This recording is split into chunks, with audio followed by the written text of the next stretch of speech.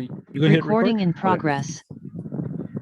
All right. Aloha and welcome everyone to the second session of the Dossier Writing 101 workshop series. My name is Jeff Mexia and I'm an English teacher and the professional development coordinator at Kauai Community College. And I have the distinct pleasure of introducing today's session, which is called Creating Your Electronic Dossier. And it's going to be hosted or presented by my two good friends and colleagues. The first one is Laureen Kodani, who is the educational, communications and technology developer at the University of Hawaii, Maui College. And the other presenter is Helen Torigoe, who is an assistant professor at the Center for Excellence in Learning, Teaching, and Technology at Kapioʻlani Community College. I'll just add that they're two of the nicest people that I know and highly competent. So I know you guys are going to, get a lot out of their presentation and probably enjoy yourselves as well. But before I turn things over, just a little bit of a disclaimer, I suppose. So we are grateful to our presenters for taking the time to share their experiences and insights with all of us. As you all know, creating your dossier is more of an art than a science. The review process is subjective and it sort of follows a general guideline, and those are informal and formal. And you should consider those as you guys are developing your document. Um, we also know that our campuses may interpret things a little differently. So just keep that in mind. And as you guys go through the process, you should probably reach out to your campus people as well, those in your division, discipline areas, programs, and get their insights too. The more information you have, the better it's going to be for you in the end. So with that, I am going to now turn it over to our esteemed presenters, Laureen and Helen. Why don't you guys take it away? Aloha, everyone. My name is Laureen, and I have the honor of sharing with you some of our knowledge with Helen Torigoe, from Kapioʻlani Community College. And today we're going to talk about creating your electronic dossier. More specifically, organizing files in your Google Drive, and formatting and navigating within the shared drive system that the UHCC office has created for you. So just very briefly, Jeff, you were so kind to give us such a warm welcome, but Helen and I are colleagues, and we went to grad school together, and we're basically instructional designers at our campuses. We do a whole bunch of things, but that's something that's near and dear to our hearts. So anything technology and learning technology related, we sort of take to, like bread on butter, if you will. So we're very happy to be with you today, and we hope that we can make a difference for you. So let's get started first with a quick poll. Jeff is going to help us launch a Zoom poll. There are a few questions that we'd like to ask you. So if you would be so kind to take a minute or so to answer the following questions that have launched before you in Zoom.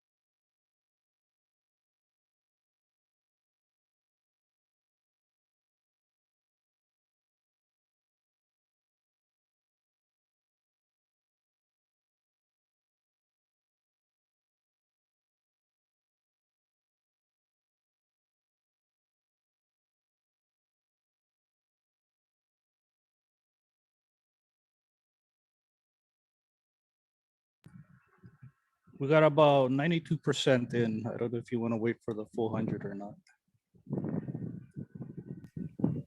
I think looks like it's slowed down, so maybe that's good. Oh, a few more. Maybe let's give them a few more Okay, seconds to a few more complete. seconds. Yeah.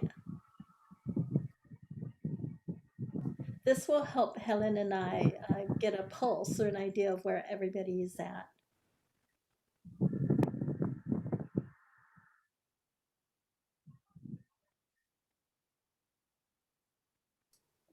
I think that's good now, Jeff, if you would like to publish Okay, the results.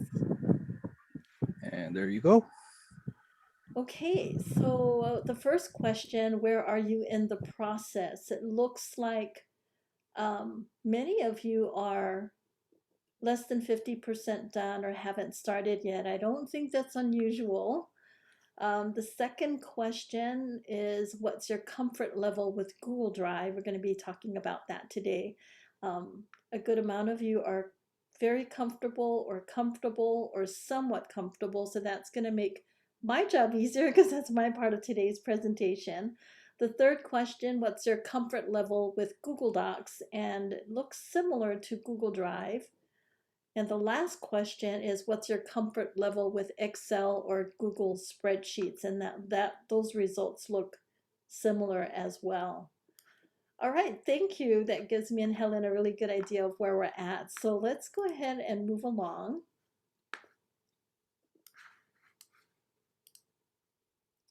So today, as I mentioned earlier, the first thing that we're going to cover is using Google, how to create and organize files and folders in Google Drive, organizing Google Docs and other items that you might upload to your Google Drive, and smart naming conventions. That is the key to the organization and will make your life so much better in organizing and working through the process. And the second item that we're going to cover today is Google Docs and the formatting of your Google Docs, specifically the table of contents, using styles to format headings, text formatting, some tips about citations and hyperlinks.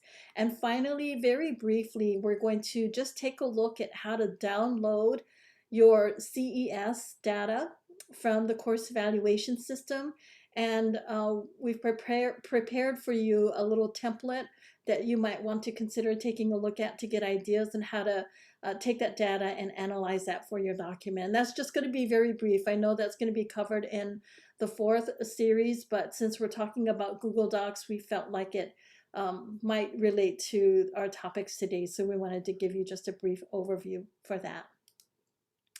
So again, the first thing that we want to cover is using Google. As you know, the system has implemented Google as the electronic submission system and process for anyone submitting contract renewals and tenure and promotion documents.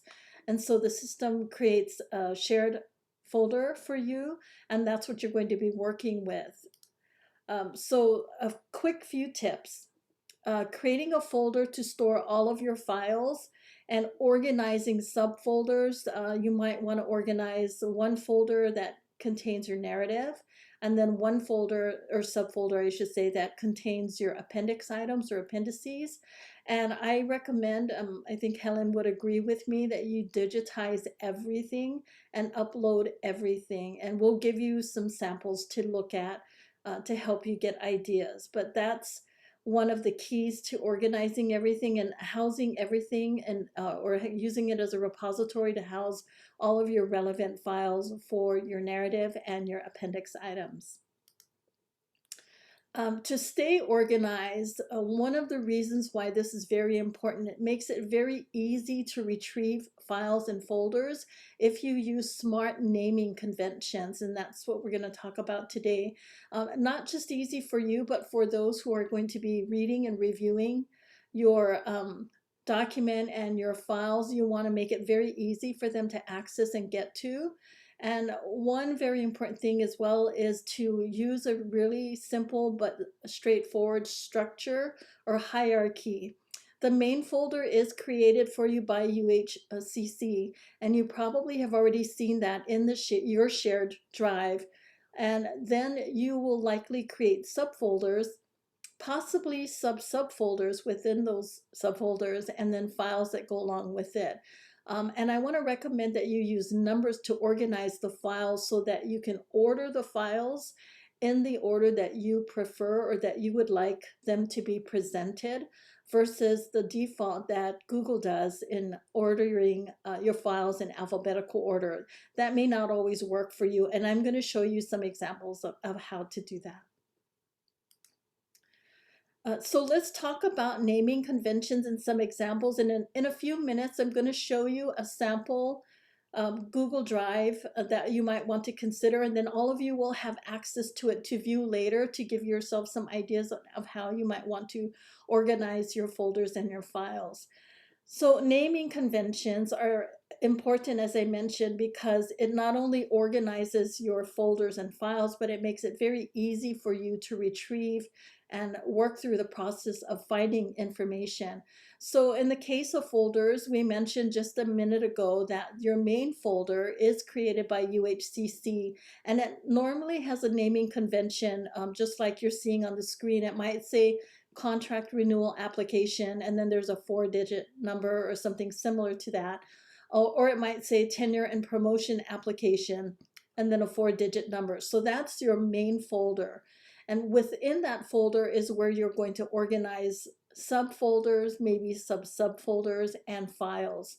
So an example of subfolders, if you're using the structure where your entire narrative is in one document, for example, one Google document, and you're not separating them in sections, you might have one subfolder that's titled Summary of Accomplishments or Statement of Endeavors, and then you might have another subfolder within that main folder that's titled Appendix, and possibly another subfolder that's titled Letters of Support. And keep in mind, these are just samples, and you're going to do what works best for you.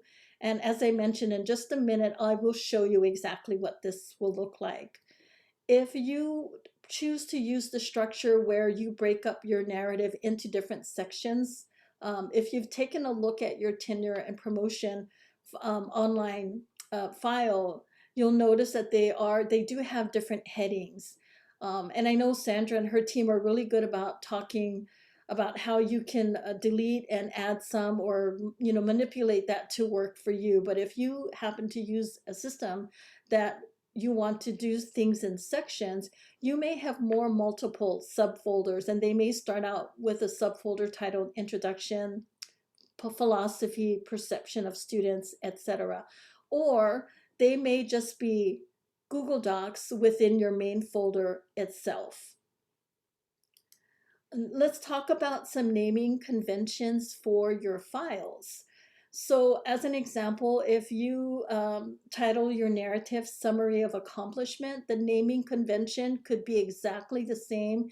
You want something brief, but something that's descriptive, that's easy for you to understand and easy for your readers to understand. Hopefully they're going to easily link to these documents, but if for some reason they go into your shared drive folder, you want to make it very easy for them to find and identify.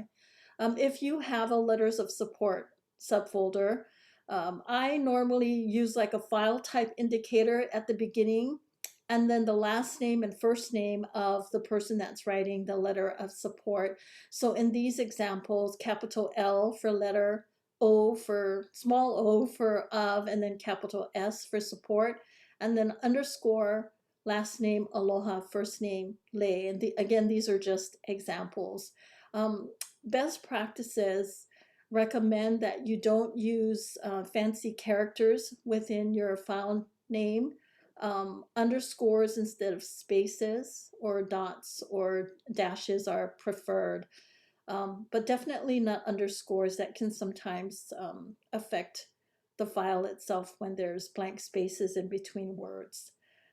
Other appendix items might include a copy of your job description, and if you happen to want that to be the first item of evidence in your subfolder, I recommend that you put the number 1 and then underscore and then a short description as you're seeing here. And I have another sample, number 2, underscore and then a quick description, but the description again is very easy to identify what the file represents. And again, the numbering system allows you to order your evidence items in the order that you want them to appear. And it might be the order that you discussed in your narrative. And again, it makes it really easy. Note, I recommend that you consider creating an appendix table of contents that lists all of your evidence and links to that evidence. And again, I'll show you a sample of that in just a moment. So again, I can't emphasize how important it is for you to have a really smart naming convention. I've done records and information management or naming conventions for many years, even in a previous job that I had. And I can't tell you how important it is for me to be able to use that along with colleagues who understand the same system, or something that's really simple and it makes it so easy to retrieve files. So I'm going to now demonstrate for you or show you a sample of a shared drive, with the exception that I had to create it in a My Drive, not a shared drive, because I wanted you to be able to have access to this sample. And the only way I could do it was to create it in My Drive so I could provide the permission anyone with the link can view. And so all of you will have access to this sample. It's in My Drive, but it's structured like it would be structured in your shared drive. So this is an example of a tenure and promotion application. I just named it that as an example. And you can view it to get ideas and as a guide. And I have some sample documents in there with some coaching comments in there that might help you. But again, just remember that for the purpose of this demonstration and helping you today, I created it in My Drive, but you will be providing your work in the shared drive that the system creates for you. So let's go take a look at that.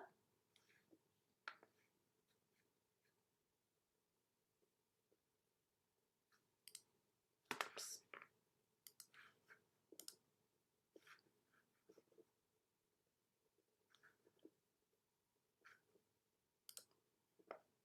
All right, are you guys, can someone confirm that you're seeing this example tenure and promotion file? So in the main folder, and this is just a sample, whoops, sorry, that's not where I wanted to go.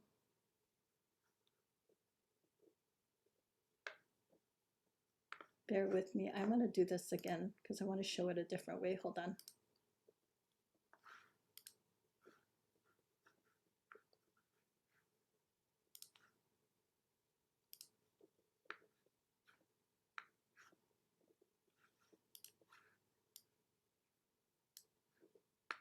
All right, I think you guys are now seeing it. Helen, can you see this? See this okay? Yes. Okay, good. So this is a sample of My Drive, but keep in mind, again, you're going to be working in the shared drive that the system shares with you. And I've created an example tenure and promotion application 9999. Sandra, hope I haven't stolen somebody's number. I just used the number that I thought nobody would have as an example. And so this is the main folder. Let's pretend this is the main folder that the system created for you. And within that folder, this example shows where your entire narrative might be on one document. So I've got number one, because I want that to be at the top, summary of accomplishments, and then number two, appendix. And in the summary of accomplishments, I have the, and Helen's going to talk about this later, but we've got a sample sort of general generic type of template for you to take a look at and practice in today. So I made a copy. You're going to be doing that later today, and I uploaded it to this folder, and you're going to see that this here is the Word document because that's the template. And then I converted that Word document to be a Google Doc, and that's what this file is here. So Helen's going to cover these steps later, so don't worry about me sort of going through these a little bit fast, but Helen's going to take care of that. So this is, you can see if we go back to the main folder is the example tenure and promotion folder, as we saw earlier. And then I have a subfolder for my narrative. and then a subfolder for my appendix.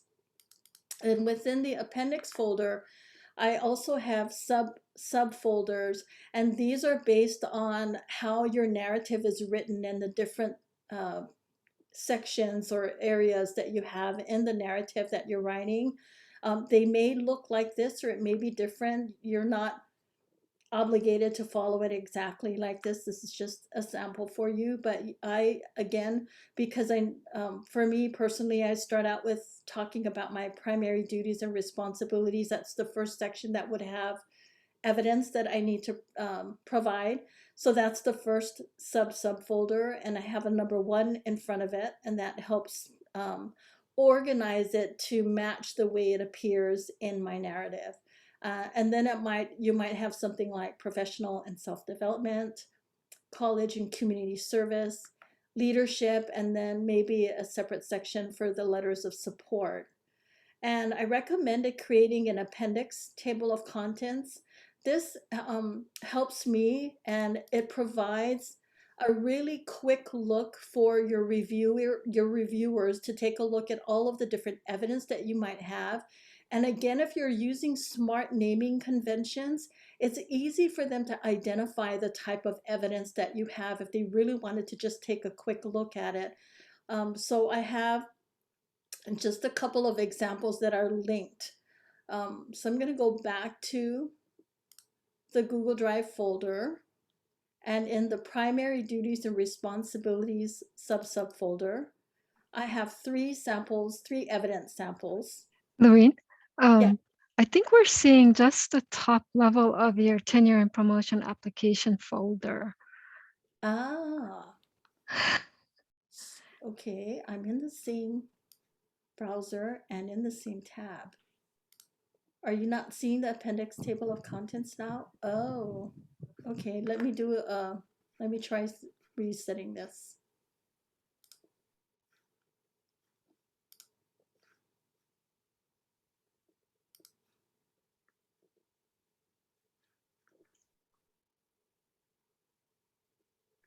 You want to try a new share? Yeah, that's what I'm going to do right now. Okay. I want to make sure I select the right one. How about that? Are you seeing it now? Yes, much Okay, better. great. Thank you, Helen. Okay, so let's go back to the main folder. Sorry about that, you guys. So as I mentioned, the way this sample is set up is that all of the narrative is in one document. And in that subfolder, I have the template that we're going to share with you today. And I've converted that here to a Google document. And then if we go back out to the main folder, I have a subfolder for appendix items. And within that subfolder, I have subfolders, as I mentioned earlier, that represent the sections in my narrative, primary duties and responsibilities. And you'll notice I put the numbers in front of it because that's the order that I want the folders to appear for the reader and for me to organize things for me. And within the first subfolder, I have a couple of evidence examples. So for example, this sample job description, and I have some coaching comments in these samples for you to take a look at. So this is just a placeholder document, but I wanted you to understand the workflow or the path and the organizing. So again, in the main folder, your tenure and promotion or contract renewal main folder, your subfolder, in this case, it's the appendix. And then the subfolder is the primary duties and responsibilities. And then I've uploaded this PDF file, which is, a job description. And I have a note and a reminder that you should use anyone on the internet with this link can view that permission setting. That Again, I'll make that a little bit bigger so you guys can see that better with a little screenshot. So each of these samples have just a couple of coaching comments to guide you along the way. So you can see that I have 3 really simple sample evidence items, but notice I have the numbers in front of them. This is the order that I want them to appear in my appendix And I'll show you that sample table of contents again in a moment. And so because if I didn't put the numbers in front of them, Google will default and automatically order them by alphabetical order, and they may not be in the order that you want them to be. Likely things are done chronologically. You could use dates, and if you do use a date system, start out with the year, YY, MM for month, and DD for day. But then that tends to get a little bit long. I personally prefer having more space for a description of the file itself. And so if we take a look at letters of support, I have another sample there. I have uploaded, again, it's a placeholder document, and I've got just some coaching comments, and it shows you the workflow and the path of how you want to organize it. And so if we take a look at the table of contents, you would order the table of contents exactly the same way as you do in your narrative, and again in your subfolders and subfolders, so everything matches and everything links. And you would add each item, and you can see that using a numbered list automatically adds the number for you, and then you can add the description and hyperlink to that. Helen's going to cover hyperlinks, but I'll just show you very briefly. This one here hyperlinks to,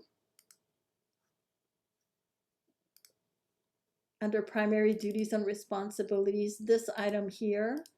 So if I say share,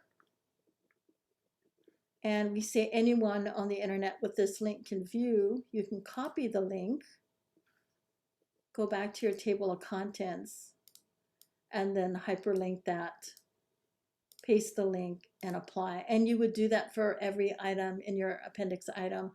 This is a good way to check that everything is working as well. You can test this in a separate browser that you're not logged into your UH Google account, and test to see that all of the links are opening. And you would use the same links within your narrative as well. So it's really quite basic. Does anybody have any questions at this point?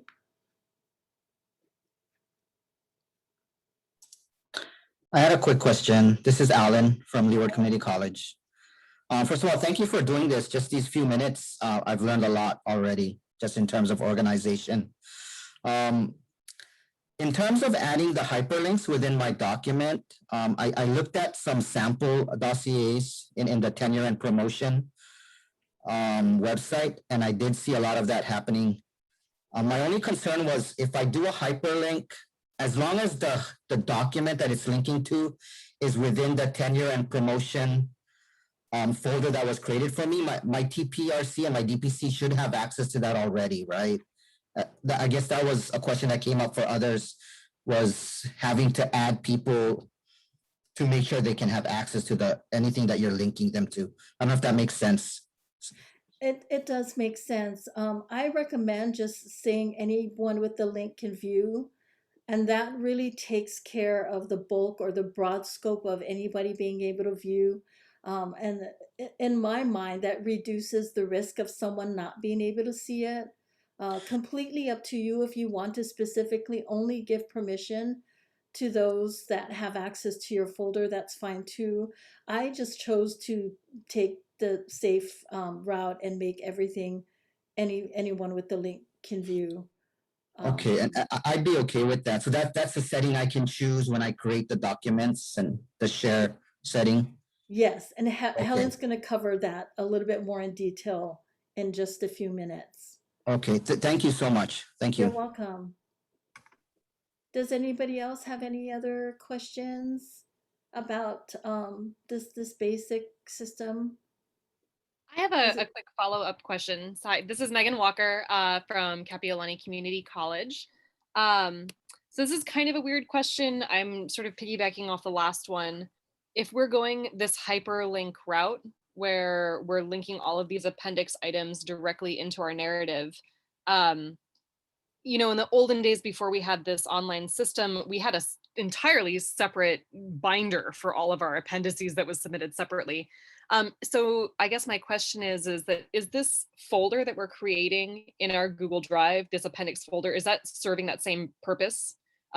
So I guess my question is, if we're going to be hyperlinking our evidence directly into our document, we do not need to create an entirely separate document of our appendices, right? We can just have them archived in the Google Drive folder. Is that right? I'm going to let Sandra answer that question, but I would say yes, but I think Sandra would maybe best to answer that question. I created an appendix table of contents for myself, just as a cross check for myself as well, and just to make it easy for reviewers. But again, if you're linking it in your document, and as long as you've got your folder populated with all of your evidence, I think Sandra might be able to answer that more specifically to be safe. We should let Okay. Sandra answer that. Thank you. Hi, this is Sandra. So I think it's better, like how Laureen suggested that she did it, where you actually have a separate section called the supporting materials, and it can be linked that way. Does that make sense? So the way that she said she did it, so it's not only where you can access it through your document, but you can also, you have a separate section called supporting materials. And that's that table of contents she was talking about. Is that right? Yes, yeah. And if you've got your subfolders organized, well, let's resume share. If you've got your subfolders organized right, like I said, I separated my narrative from my appendix, but in my appendix subfolder, I had subfolders for all the evidence. And these are just simple examples of how it might look. So it becomes a, long list depending on how many pieces you need to add for each section. That's where the evidence is housed, or, this folder serves as a repository, if you will, of all of those items, the evidence that you have.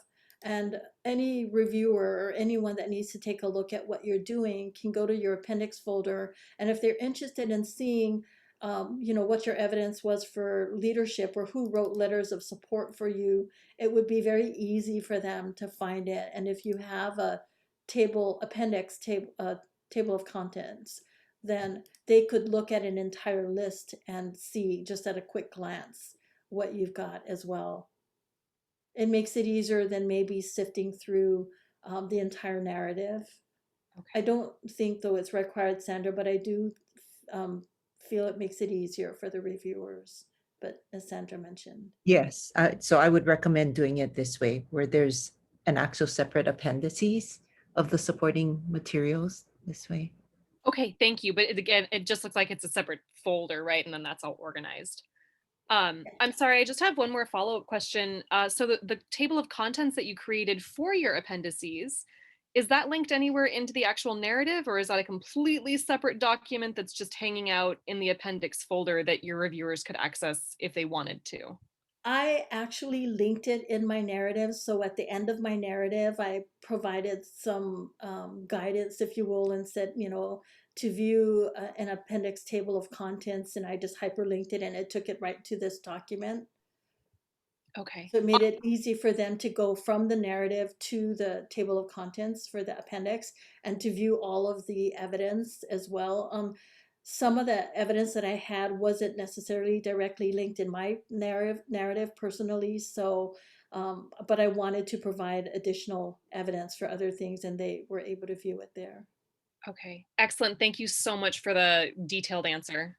Yeah, and I think Joyce and her team can specifically answer more of the inner workings of developing your narrative and all that good stuff. Any other questions? Hi, my name is Jesna Nisam, and I work at Hawaii Community College. So my question, I know it's a silly one. I just wanted to make sure that I completed my first contract renewal, and I have like a specific application number. So when it comes to the second contract renewal, I think it will be the same application number, or will it be a new one, you know? Like when it was a binder or folder, we just had one binder and we had to, we had to put it in the same folder. But when it's second, what we are supposed to do we get the same application number, and do we have to do do we have to create the folder and everything there, or will it be a different one, separate one? Hi, Jesna, this is Sandra. So you're going to be getting a new application number for your next one around. Okay, so everything will be fresh, new, and we will be creating Yes. fresh folders and stuff. Okay, Yes. thank you so much. Yes, that makes a lot of sense. Thank you for your question, and thank you, Sandra, for being here, for addressing those questions. You're best qualified for it. Does anybody else have any other questions before we move on?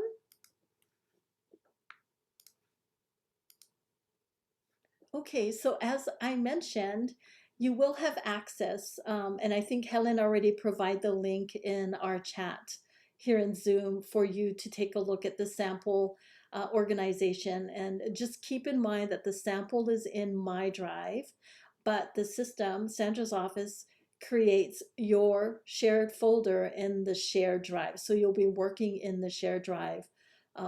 Some people start out by doing everything in their My Drive and then migrating their folders over, but that's like a whole nother thing. But it's important that you understand that you will be working in the shared drive for your contract renewal and tenure and promotion work.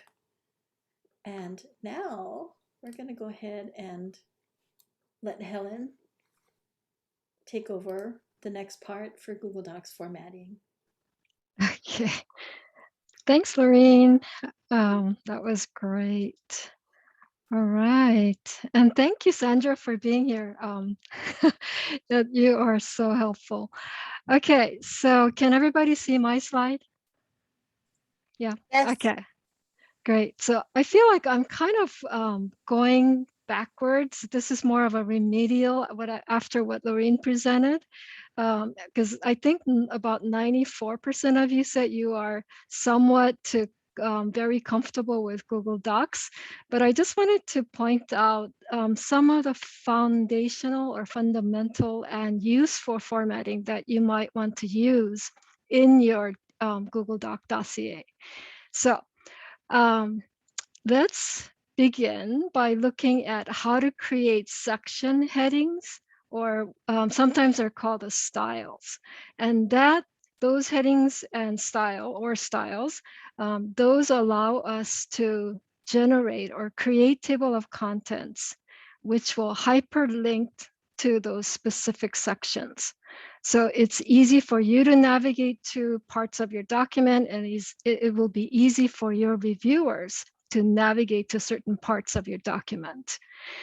It also will allow you to, or the reviewers, to navigate your document using the document outline. Every Google Doc has this little button at the top left corner, and if you click on it, it's going to open an outline view, which you can click and jump to certain sections of that document. After that, we're going to quickly run through the process of creating tables, changing fonts, line space margins, and all that good stuff, as well as inserting the page numbers. Section breaks and page orientation is kind of useful if you're doing a little bit something fancy in your document. So I'll go through that real quickly. And then we're going to end with creating citations and bibliography. Google Docs has a really, really nice citation tool that I just have to share that with you. Or if you wanted to use a footnote, that makes it so easy too. And finally, we're going to end up with how to create hyperlinks to your appendix items, internal and external bookmarks, meaning within your document or outside of your document, or a link to your external websites, and how you might want to preserve that website if you are maybe worried about that web particular web page changing by the time your reviewers get around to looking at your dossier. All right, so ready? Okay, here we go. Laureen and I have been collaborating a lot, and we're strong believers in active learning. So for this part, the last part was a little challenging, but for this part, we invite you to make a copy of this dossier template. I have to put in a disclaimer there also. It is very generic and it is an optional template. If you haven't started, it's like some of you have not started yet. This may be a good starting point, but it is not necessarily the right one. Your campus may be a little bit different. Okay, so if you just type that link into your browser URL, you're gonna be asked to make a copy of that document. Laureen, would you be able to put that into the chat? I will. I am doing that right Yeah, now. thank you. I think Erica already Awesome. got it. Someone did Oh, it. Oh, thank you, okay. Erica. Yes. They beat me to Nice. it too. Okay. Thanks, Well, Erica. yeah. Yeah. Oh, okay. Thank you. So that's the one. And then the second link actually is for tenure and promotion. It's just slightly different. It's got a table in the front that kind of helps you to lay out how you qualify for C3 or C4 if you have to change that. Okay. So when you are ready, or if, let's see, kind of hard for us to see everybody, right? If you, Helen, yeah. hold on a bit. Oh, We're getting messages that Oh, the document is restricted. Have we changed it? okay. Let's see. Let's make sure that we allow you to do that. Those things always happen, yeah. only when you have to present in front of a bunch of Yeah. people. I know. Okay, let's see. It's the share. Oh, okay. I think I made it so that you have to be logged into your UH account, and I'm going to change it right now in case you're not logged into UH. So could you try again? Refresh.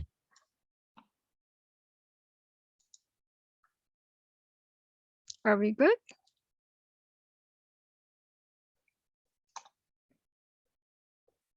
Okay, got it. Thanks, Megan. Okay, so I'm going to switch over to my copy of that template document. So you're going to see primary duties, teaching philosophy, and all that good stuff. But your first page is going to be blank because you will be generating a table of contents like this in about 5 or 10 minutes. So hang on, everybody. I already went ahead and generated my table of contents so you can see what it will look like. So start with the end, and this table of contents, if I click on each item, you notice the hyperlink there. And if I click on this, I click on the hyperlink and it takes me right to the section. Okay, and same thing, if I were to open that document outline view, I can go to primary duties. So easy to navigate, allows your reviewers to get quickly to places that they need to go to. All right, so how did I do that? Okay, I'm going to close this for now. So that primary duties, the first section heading, if you either place your cursor on it or select it and head over to this tool called styles, you'll notice that it is now it's now showing heading 1. If I place my cursor here, it says it's heading 2. So it's indicating to me the level of section heading. So this is heading 1 and this is heading 2. Heading 2 again, etc., all the way down. And here is heading 1. So how do I make it? How do I tag it as heading 1, heading level 1?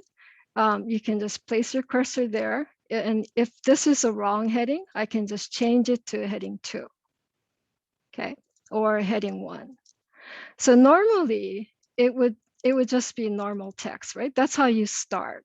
And most of us just will make it bold and make it large and all of that. But really the proper way to do it would be to go up to styles and change it to heading 1. Okay, so heading 1, heading 2, and so forth. If I want to change this right here, let's say this is not obvious enough for me, you can change the fonts. So just select the text, the heading text itself, change the font. Let's do something fancy. And maybe I'm not too fond of those border lines at the top and bottom. And how did I get those in the first place anyway, right? Okay, that comes from the format menu, paragraph styles, and borders and shading. Okay, I'll try to go slow, but yeah, if you cannot keep up, no worries. We will have how-to videos on this. We're in the process of making those, and those will be available by the time Sandra does her training at the end of the month. So I promise those videos will be coming, as well as some of the how-to documents. Okay, so borders and shading, and notice the border or top border is turned on and the bottom border is turned on. That's a reason why there are those two lines at the top and bottom. If I turn those off, those are going to go away, right? If I go back to it, format, paragraph styles, borders and shading, and maybe I want to do something different this time. I'm going to change the background color and so choose something dark, and I apply. I get this really wide bar going across, and the dark text on the dark background doesn't look great. So I'm going to change that to white. Okay. And I'm going to have to add a little, sorry, I think it just needs one line over there. Okay, so what if this is a heading 2 style that I want for all of my section 2, I'm sorry, level 2 headings? Do I need to do that for each one of these? Answer is no. Jeff is shaking his head. No, Erica already knows how to do this. So you can place your cursor in your new, newly formatted section heading, then go back to that styles tool, and you'll notice the second option. The first option is to apply.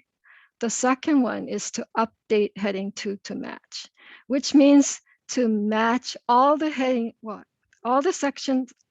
So I keep saying section, but heading 2 will match whatever is selected at the moment. So update heading 2 to match. And if I scroll down, oh, there's my heading 2, there's my heading 2, and so forth. So that's how I quickly change the heading styles. And then I also want to show you, okay, I have a couple of subsection headings here under heading 2. So simply I place the cursor there and go up to styles again, change it to heading 3. Do that again for heading 3. Okay, so now I have 2 subsections within teaching philosophy. I need to come up here and update this table of contents, and there's my subsection headings. Okay, you don't have any table of contents yet, so I'm going to do that with you. Delete all of it. So place your cursor on the very first page right under the title table of contents. And if you go to insert, and we're going to visit this insert menu quite a bit today. And the last one is table of contents. You have an option for the one with page numbers and one without. So I would go with the page numbers, since I want them to be able to navigate by hyperlinking as well as by looking at page numbers. Some people might be more comfortable with page numbers. Okay. So what if the page numbers change? You come back here and update table of contents again. All right. Okay, so I think Megan had asked earlier about the page numbers. So we don't need to do the 2-dot page numbers anymore, or 10-dot page numbers for tenure and promotion. But we do highly recommend that you add page numbers and use the page numbers in the table of contents to help your readers or reviewers navigate your document. So let's start with that. How do I insert page numbers here? I can't really edit this. Okay, this area is called the footer, and every page in your document has a footer area and as well as a header area, right? So this is a header area, and I actually typed those in. I typed in this part, but the page number, I used the tool to insert it. Okay, so if I double click in the footer area, notice that I have now activated the footer area. It says footer up here. All right, so I can go ahead and I'm gonna go ahead and delete all of this. And then I will insert page numbers. And you have the option of the style where you want to place it and whether you want to start page numbering on the second page. I will choose this one. And there's my page number in the footer area. So now I can go back to my body. And if I wanted to add something in the header area, like the title of your application, or maybe even the document name, or the file name, I should say, if you have it in several sections, then you may want to add that up here. Okay. Questions so far? Did I miss anything? Thanks for catching all the questions, Jeff and Laureen. I appreciate that. How are we doing? Is everybody doing okay? We're following? Okay. Yeah. Thanks, Erica. All right. Yeah. Or just type your questions into the chat, and Jeff and Laureen are the wizards. Yeah. Just a question Okay. about recording, Helen. So yes, this is being recorded, and you'll get the recording link afterwards. Yeah, thank you. Okay, so now we're going to go to the second section, talking about how to insert tables, changing fonts, well, we already covered the page numbers, but section breaks and page orientation. So let's do that. How do we add a table? Let's say I wanted to add, let's see, not in the teaching philosophy, but maybe in here. We want to add a table in the strategies for promoting student success. How's that? Okay. Here, and all you have to do is go to insert menu again and table. And this is so visual. Number of columns and rows that you need. Click on it, and there is my table. Resize the columns, resize the rows as you need to. If you need to add more rows at the bottom, go to the bottom and right click on it and insert row below. What if you need 4 more rows? Select 4 rows, right click, and you'll be able to insert 4 rows below. And same thing with the columns. Okay, so that's the tables and fonts.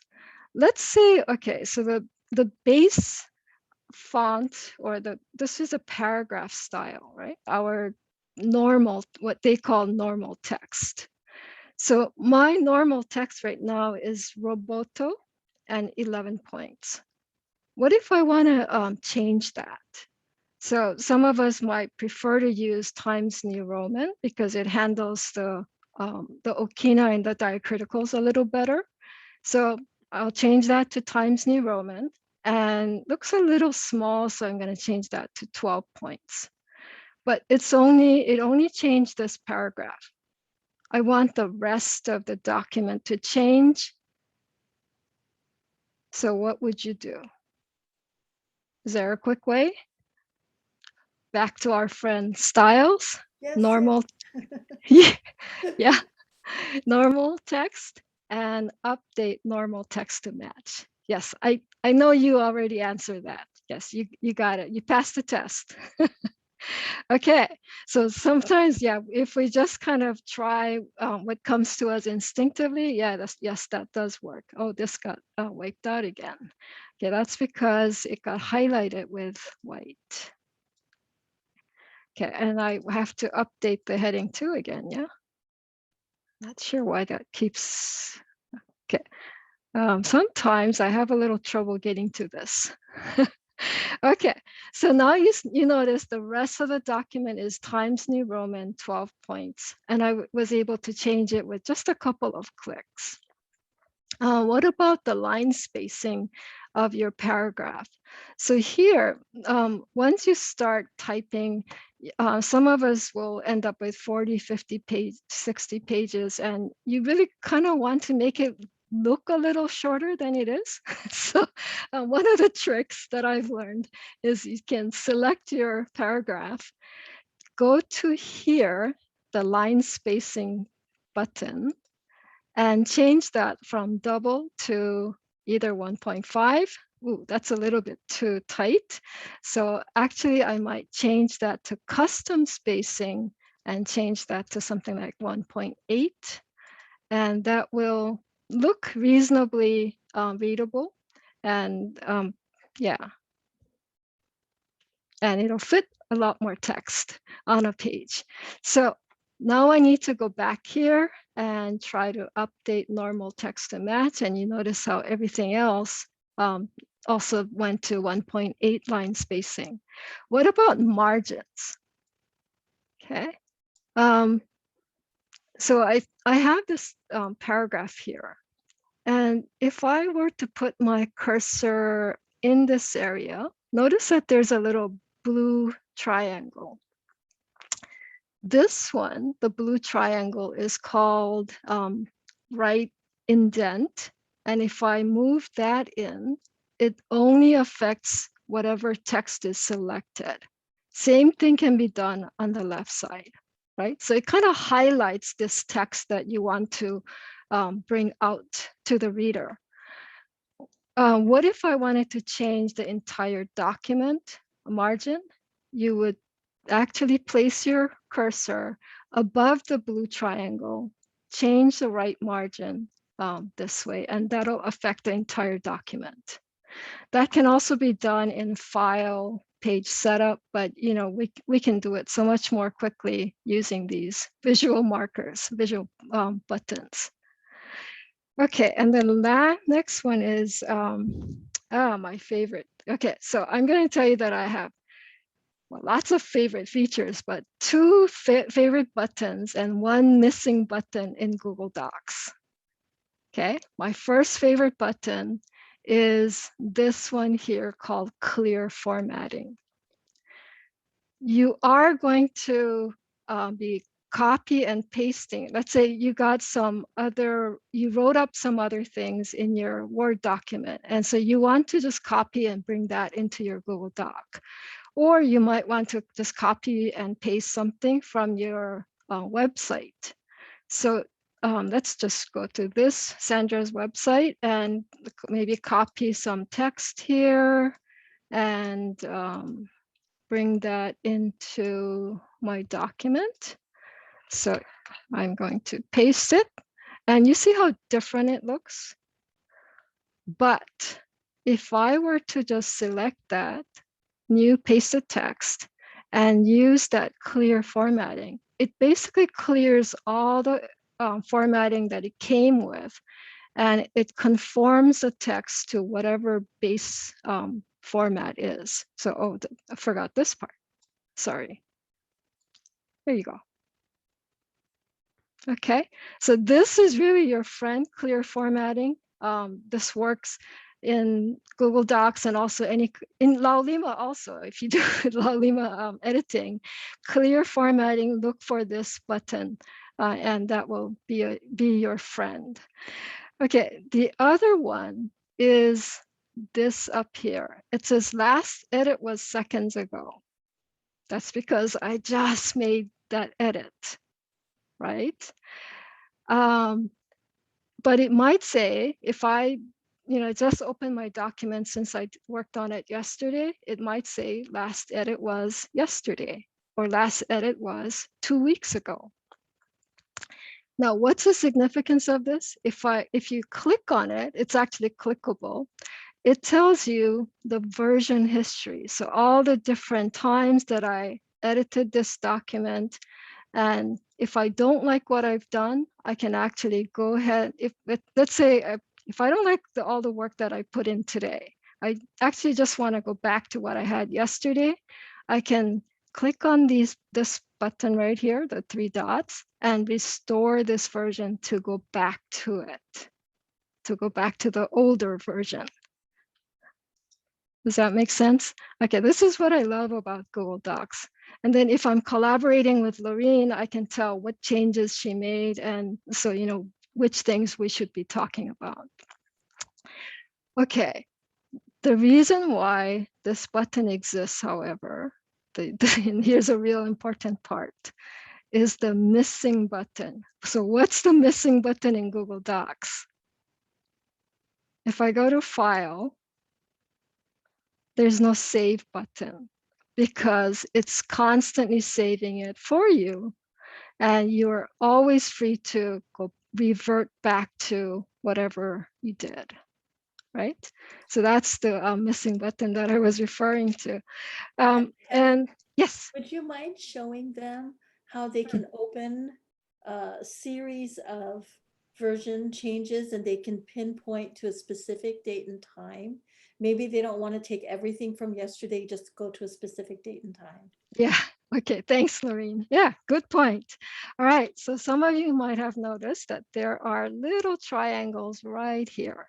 So it kind of lumps together all the changes I made in this period of time and that period of time. But if I were to open this, it's going to tell me all the little changes that I made at this point or this point. So it looks like there were about 3 saves in that at 356. And so all the changes I can go back to.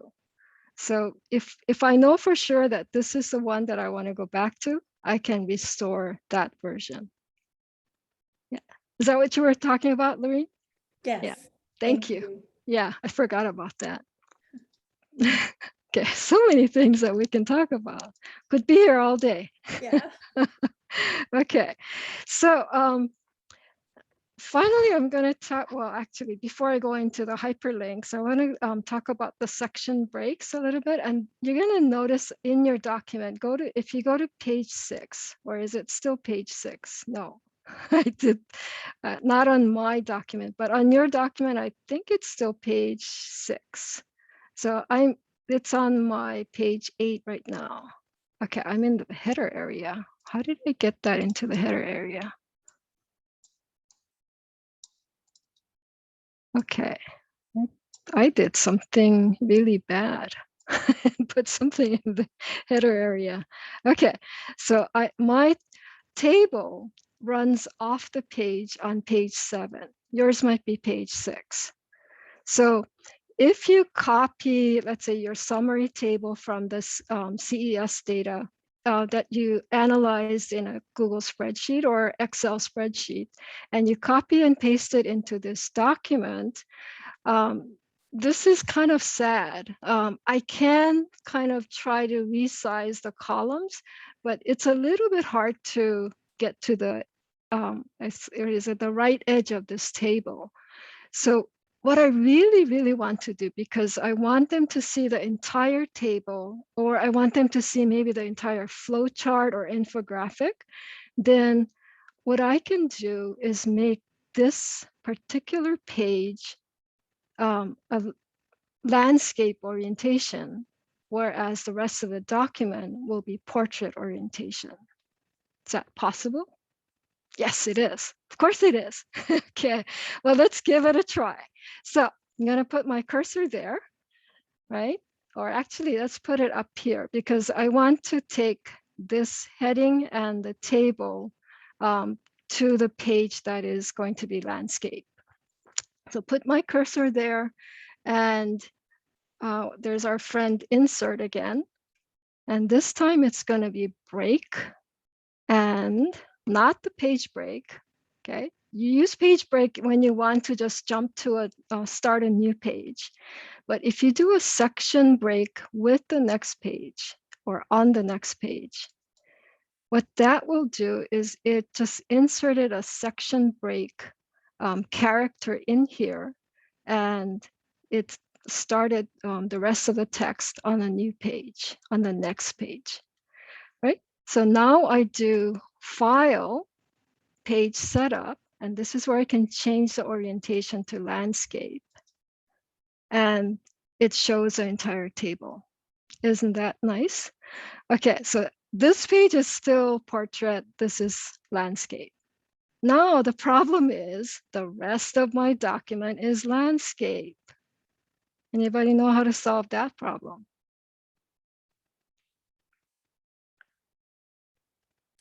Insert another section break. Yay! Okay, Laureen, you get Megan got A+. Yeah, section break, yes. Okay, so what we do here is actually I can start here, and I'm going to insert section break, right? So break and section break. We can do another next page section break, but that will push us to the next page. So this time I can do a continuous section break. You can just do next page. I mean, as long as you get one of those section breaks, you're fine. So I just inserted a section break, and then I'm able to change the page orientation back to portrait, and it should not affect this section above, right? So you got this first section here that is all portrait. This section here that is by itself landscape, and then another one, another section here that's back to landscape. So sections allow you to change the orientation. You can restart page numbering, and, you know, other kinds of things. You can have different footers and headers. So section breaks can be very useful. All right, but if you don't need to, no worries. It's not absolutely necessary for your dossier. Okay, so what do we have to do next? Citations and bibliography. How are we doing on time? 4:09. Okay, I'm talking way too much here. Okay, so citations. This is actually the fun part. So, excuse me. Let's say I want to add citation about let's see, where's a good place? All right, so there, maybe I need to just add some citation here. Doesn't really make sense, but here it is. So that it's under the tools menu and citations. Okay, this allows us to choose the style. So we'll go with APA, add citation source, choose a type. Oh, it's a book actually. I want to change it to journal article and then change that to website. Author is good. I want to say Laureen, Kodani, and article title is, Laureen's going to be sick of this title, but let's see. Teaching Online Journal, volume 15, issue number 5, and pages 55 to 60. And then the year is required. So all the required fields have that little blue star.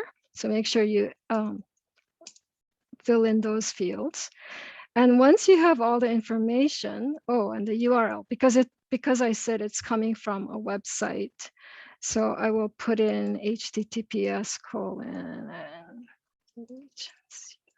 is that what it is? Is it Maui or is it UHMC?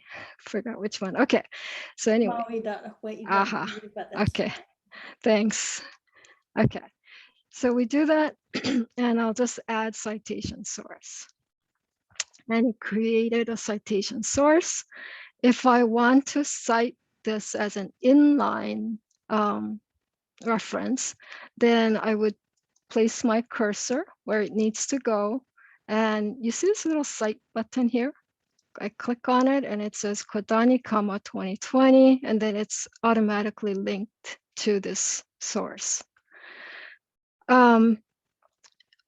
Also, so after you add all of your citation sources, you're ready to insert bibliography. You're going to go to, wait, so I just want to do this real quick. Insert break, and I'll do a page break this time. Okay, no section break, just plain old page break. And I want to add my bibliography here. Did anybody see the button for that?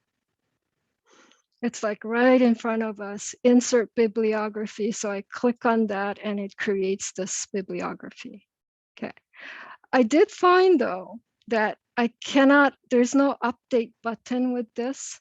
So if you add more sources, or if you had to edit a source, like you can edit it here, just go ahead and delete this whole thing and just insert bibliography again. And that's it. Simple enough. Laureen, yeah. I think if you insert from the top main navigation menu, insert bibliography, that should add the fields for you to be able to update. Wait, you can do that from here? I've done it, yeah. And I don't see a bibliography. Okay, I know they just, yeah. They just did an update last week. Yeah. They moved it apparently. Yeah. But I've updated the bibliography right now. Yeah. Oh, okay. Okay. I wasn't able to do that. Okay. And isn't that fun? Google changes things on you all the time. But yeah. All the time. Yeah. But you know, it works mostly. So, you know, don't get discouraged. Okay. That's to keep you on your toes, Helen. Yeah. Yeah. By the way, question from yes. Erica in chat. Is there a preference by reviewers of reading one large document like this versus a number of different documents, a document for each major section? Yeah, that's a really good question. And I think that's a Sandra question. But I think Sandra mentioned before that doesn't seem to be a difference. So either way works, whatever works for you. Is that correct, Sandra? That's correct, Helen. Okay, so the main thing is that you make it your information easy for the reviewers to read and to find.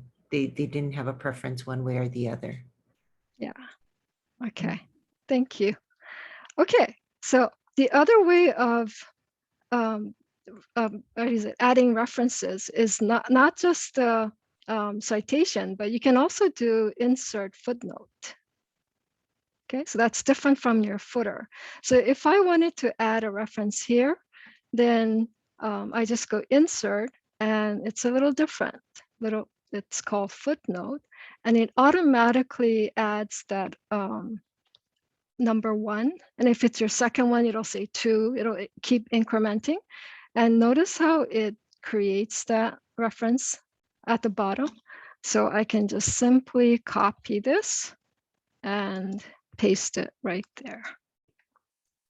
Okay, so this too is your matter of your preference. You can do it the footnote style, or you can do it the bibliography style. And this is a discussion that we had with the librarians, and they said we can do it either way. Okay, so hyperlinks, before we run out of time. So here's a good example, resolution, the Senate, Faculty Senate resolution. So if I wanted to link to the source of that document, I can highlight it and use this insert link button at the top. So if I click on this, the amazing thing is Google is smart enough that it will find the right document. It'll suggest some documents, and it'll actually find something that's archived in the DSpace. So I can link to that directly. Or let's say, let's just assume that this is a reference to one of my appendices. Then I'm going to break the link, remove link. And then I'm going to go to my appendices. These are my appendices. So let's say I'm going to link to redesign projects, my instructional design projects. I can right click on it, get link, right? I made sure that anyone with the link can view, and I'm going to copy link and paste that link into, insert link into this URL box right there. So that's how you would say, maybe if this was your appendix A1, then you can, or A10, you can link it that way. So the readers can quickly jump to your evidences. All right. Internal and external bookmarks. So what if this was a link to some other portion within your document? So especially if you have one long document instead of broken up into separate files, then you may want to be linking or referencing another section within the document. So let's go ahead and break that first. All right, I'm gonna make sure I remove the link first. And when I add the insert link, okay, all the way below the suggestions, there's headings and bookmarks. Click on this, and do you recognize these? All of my section headings. So I can link to any of these other sections, right? So maybe I'll go to my leadership philosophy or something like that, right? And when I click on this, it just jumps to that part of the document. Okay, so what if I wanted to link to some other part of the document where it's not a section heading, but some other paragraph, which I'm talking about the same thing. So as to avoid redundancy, I may link to some other place. So let's break that link. Oops, let's do that first. Remove link. Okay. So I'm going to try to link to maybe, let me see, this part right here. So what I do is insert a bookmark, and you can insert a bookmark at any point in your document. And once you do that, you're going to notice this little bookmark icon. And when I go back and try to link to, actually, it doesn't matter where I do it, yeah? Okay, so faculty members thinking, let's just link to that. So I'm going to select text, insert link, and this time when I click on headings and bookmarks, all my headings appear, and below that, there's the bookmarks. So I click on the bookmark, and if I click on this, it will jump to the bookmark within the document. Right, last hyperlink, and that is going to be, let's do this. Well, yeah, there's the remove link. So what if I wanted to link to an external website? So I opened an Open Kapioʻlani website here, and if I went to training page, and I want to talk about the training that I participated in on OER. But this is maybe particular to 2020, and it's not going to be the same by the time the reviewers get to it in 2021. I mean, I'm sorry, I'm like a year behind then, aren't I? So by the time they get to it in 2022, this may have changed. So I may have to archive this page basically take a snapshot of this page to make sure that the reviewer sees what I want them to see, right? So if this was okay as it was, then, okay, we all know how to do this, right? You just simply copy that URL and paste that into the insert link URL bar. But in order to make sure that my external website stays exactly the way it looks today, there's one additional step that we recommend. It is called the Wayback Machine. Some of you might have heard of it. It's archive.org. All right, and this video is coming. I think there's a librarian who's making this video for us. So if you go to archive.org, the first button is web, and that's for preserving web pages. So it doesn't preserve a whole website, but it will do it one page at a time. So you get this prompt here called Save Page Now.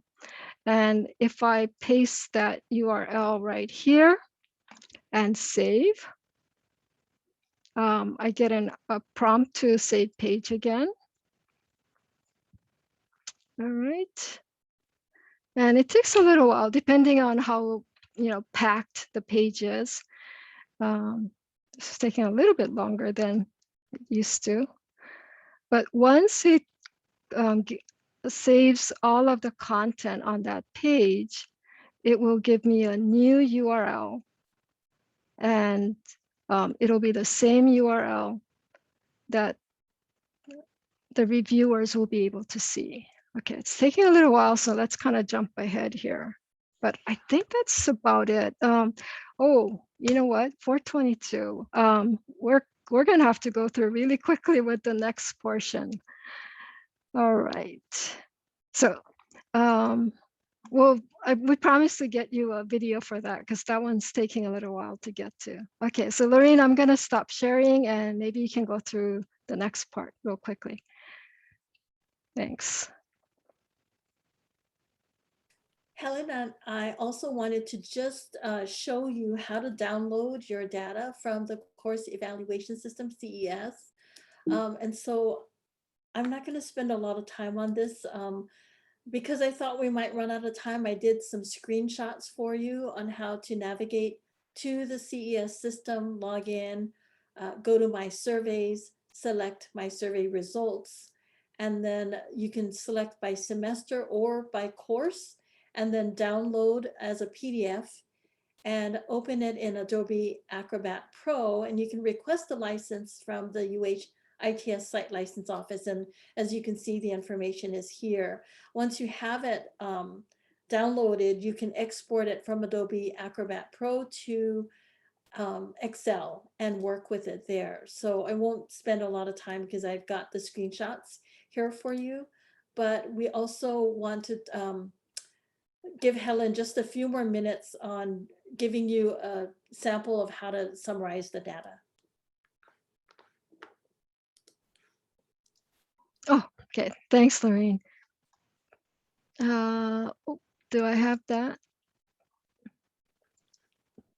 Okay, I need to, yeah, no, okay, sorry, I'm getting to it. Okay, so yeah, so when you download your data from CES, the PDFs actually are usable, useful, because you can put those into your appendix folder as evidences. And we recommend that you transfer some of that data into a spreadsheet. And let me get to that spreadsheet. So I do have a link here, and maybe Laureen can type that into the chat. But don't look at it just yet, because I'm going to go through this really quickly. So what I have here is I have all the questions. So every campus has different sets of questions, so I didn't want to put anything here. So I have 10 questions here. You might want to organize it this way: course, and CRN. So this is basically all the data, collected by CRN. So this is a very first step you can take in summarizing your data. Then you can do an average. So this one uses the average function of that first question. And then I can compare it to my department average and then campus average. You can do this for each semester if you want to. If you have to do it for 5 years, that's going to be a lot of data. But once you set up this first page with all the data, then you'll be able to crunch it, do something like this. So it's really up to you. These are just suggestions. So what I did here then was I did an average of question 1 for all the semesters that I've taught, compared it to the department average from all the semesters that I'm averaging here. And then the graph here represents, see, my average in bars, and then the department average and campus average. And this gives me something visual to talk about. I can say I did, my evaluations are better in these areas and maybe a little worse in these areas compared to the campus or to the department. And then you can talk about those. The third tab will take you to this page that talks about different courses that I teach. So maybe the first one is Math 103, Math 115, Math 135, and then maybe the online courses. You're going to have a lot to talk about the online courses and why they might be different, higher or lower. And then you can graph these into series so that you can compare the different courses. And like in this case, the online course is a little bit lower, and that gives you an opportunity to talk about why that might be lower and how you could improve those to help your online students, right? Okay, so that's really it. I don't know if there are questions on that. There were a few, Helen. Yeah. So Megan asked, is there a preference for reviewers regarding CES format? Do they prefer individual courses or comprehensive PDF each semester? Yeah, and I just wanted to jump in and follow up. That was basically for the appendices, because when you download the CES, you can download each course as its own PDF, or you can do a comprehensive semester. And I just wasn't sure if there was a preference in terms of how that stuff is stored, not necessarily presented in the narrative. Right. If you do it for each course and you do it for like 4 or 5 years, that's a lot of pages. Whereas if you do it as a by semester, grouped by semester, then it's a little bit easier to handle. I'm not sure what the preference of the reviewers is. Sandra, do you have any insight on that? I have not heard of any preferences, but just for that reason, by course, it's a lot of data. So I hear them referring to summaries of it. So I think something similar to what you were showing earlier. Yeah. Okay, thank you. Okay. Any other questions? Okay, so I'm going to quickly copy this graph right here. And so I'm going to go to edit and copy this. Then I will paste it into the document. So let's see, I'm just going to put it right here. How's that? And paste. Okay, so I get a question whether I want to link to the spreadsheet or paste it unlinked. And this is another discussion that Laureen and I had. Laureen always, not always, but most of the time she links to the spreadsheet because she wants the data to be updated automatically as soon as you change it in the spreadsheet file itself. I do unlinked because I'm a little nervous that they may not be able to see the graph, if the link is broken. So I just do a paste, and then every time I change the data in the spreadsheet itself, in the source, then I just do another copy and paste. So preference, it's up to you. This is more work, but the other way, is automatic. All right.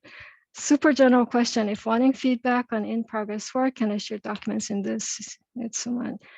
I think so, Sandra, right? They can add someone to the drive. There is a share feature. Yes. Okay. And there's also a share button inside the tenure and promotion system, I believe. Yeah. Okay. All right, so I think that's about all we have. If you need help, our suggestion was, it's amazing how your colleagues will want to help. I know us locals, right? We're too ashamed to ask. Yeah, I really, I have trouble asking, but really they're happy to help. I think Lee is on this call, and she was such a great help. So do ask for help and seek out a mentor on your campus if that's possible.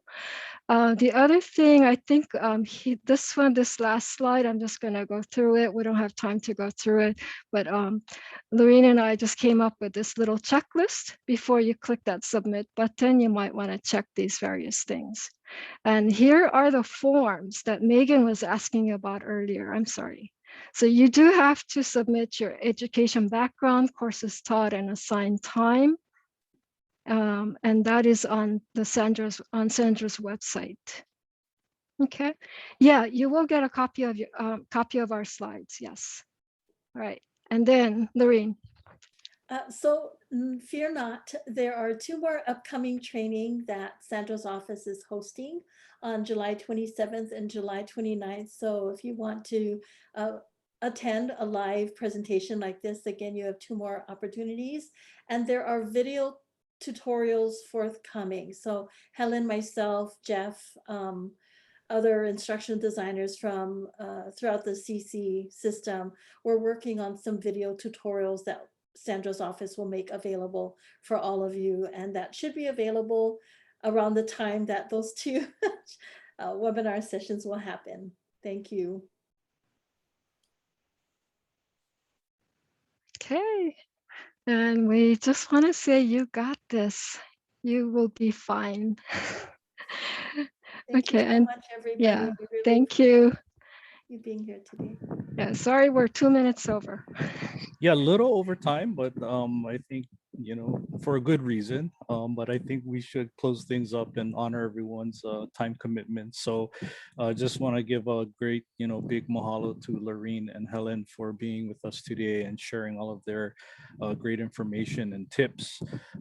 We also want to thank all of you who decided to participate today. Great turnout. I think we had up almost 80 at one point. So thank you to all of you for taking time out of your busy summer schedules to join us today. Keep an eye out, check your emails, because you'll get links to resources as well as a evaluation form that we would like you guys to fill out.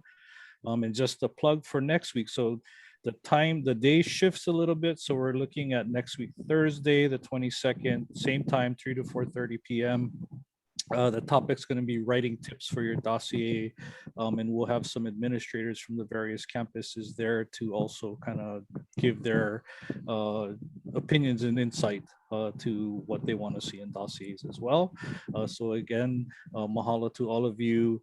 Have a great afternoon, and we'll see you next week. So ahui ho, take care, everybody. Bye-bye.